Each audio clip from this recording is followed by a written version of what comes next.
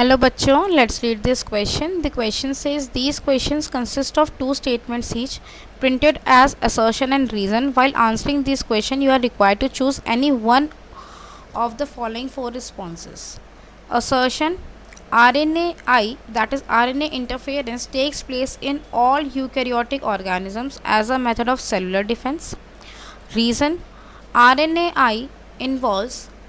interference involves silencing of a specific mRNA due to a complementary double-stranded RNA molecule. अब question में हमें दो statement दे रखे, एक असर्शन है और एक उसका रीज़न है. असर्शन कह रहा है आरएनए इंटरफेरेंस जो है वो हर यूकेरियोटिक ऑर्गेनिज्म में होता है as a method of cellular defence, और रीज़न दे रखा है इसका कि जो आरएनए इंटरफेरेंस है उसमें जो साइलेंसिंग हो जाती है स्पेसिफिक एमआरएनए की जब भी एक complementary double stranded RNA molecule का फॉर्मेशन होता है. तो आइए देखते हैं इस क्वेश्चन को सॉल्व करने के लिए जो हमारा की कंसेप्ट यहाँ पे यूज़ होगा वो क्या है. वो है RNAi यानी कि RNA इंटरफेरेंस.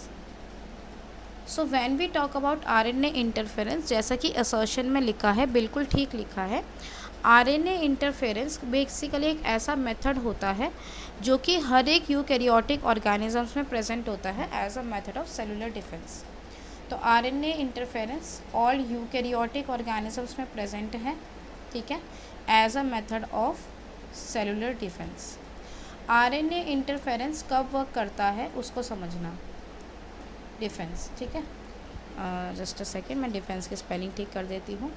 अब हम ये समझेंगे कि जो RNA इंटरफेरेंस वाला मैकेनिज़्म है वो किस कंडीशन में रन करता है. देखो क्या होता है, जब भी किसी भी यूकैरियोटिक ऑर्गेनिज्म के अंदर डबल स्ट्रैंडेड RNA का फॉर्मेशन हो जाता है ना, डबल स्ट्रैंडेड RNA का फॉर्मेशन होते ही जो RNA इंटरफेरेंस वाला मैकेनिज़्म है वो स्टार्ट हो जाता है. और RNA इंटरफेरेंस की वजह से क्या होता है, RNA इंटरफेरेंस एक ऐसा मेथड है जिसमें जो आपका स्पेसिफिक mRNA होता है उसकी साइलेंसिंग हो जाती है. अगर मैं कह रही हूँ स्पेसिफिक mRNA की साइलेंसिंग हो जाती है तो इसका मतलब क्या है कि वो जो पर्टिकुलर mRNA था, वो जो पर्टिकुलर हमारा mRNA था उससे अब किसी भी तरह की प्रोटीन का फॉर्मेशन नहीं होगा. यानी कि जो पूरा का पूरा जो ट्रांसलेशन वाला मैकेनिज़्म है जिससे mRNA से प्रोटीन बन रही है, वो जो mRNA है उसका ट्रांसलेशन ही नहीं होगा, तो किसी भी तरह की प्रोटीन का फॉर्मेशन नहीं होगा. और अगर प्रोटीन नहीं बनेगी तो जो भी वहाँ पर उस प्रोटीन की वजह से जो भी इम्पैक्ट आ रहा था, जैसे अगर हम बात करें कि जो हमारा टबैको प्लांट होता है, ठीक है, तो वो जो टबैको प्लांट है वो क्या कर रहा था, उस टबैको प्लांट में जो निमेटोड है मेलॉइडोगाइनी इनकॉग्निटा, वो उसकी रूट को इन्फेक्ट कर रहा था, ठीक है. तो अब क्या होगा, वो जो मेलॉइडोगाइनी इनकॉग्निटा है वो टबैको प्लांट की रूट को अब इन्फेक्ट नहीं कर पाएगा और जो हमारा टबैको प्लांट है वो निमेटोड रेजिस्टेंट हो जाएगा एक तरीके से, ठीक है. तो आइए देखते हैं इस क्वेश्चन का करेक्ट ऑप्शन क्या होगा. फर्स्ट में वो असर्शन में वो कह रहा है RNA interference takes place in all eukaryotic organisms as a method of cellular defence. ये बात बिल्कुल करेक्ट है, ठीक है. और फिर रीज़न दे रखा RNA interference involve silencing of a specific mRNA due to a complementary double stranded RNA molecule. ये स्टेटमेंट भी करेक्ट है.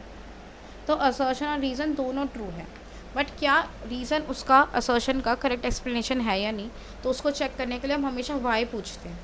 तो देखते हैं कि क्या वाई से हमें आंसर मिल रहा है. So RNA interference takes place in all eukaryotic organisms as a method of cellular defence because RNA interference involves silencing of a specific mRNA due to a complementary double stranded RNA molecule. बिल्कुल ठीक बात है ये, ठीक है, correct explanation है. तो ए जो स्टेटमेंट है वो ए जो ऑप्शन है वो कह रहा है both assertion and reason are true and the reason is a correct explanation of the assertion. ये जो है हमारा करेक्ट ऑप्शन हो जाएगा, बाकी तीनों हमारे इनकरेक्ट हो जाएंगे. तो इस क्वेश्चन का जो हमारे पास करेक्ट आंसर आ रहा है that is option A. I hope you understood it well. Best of luck.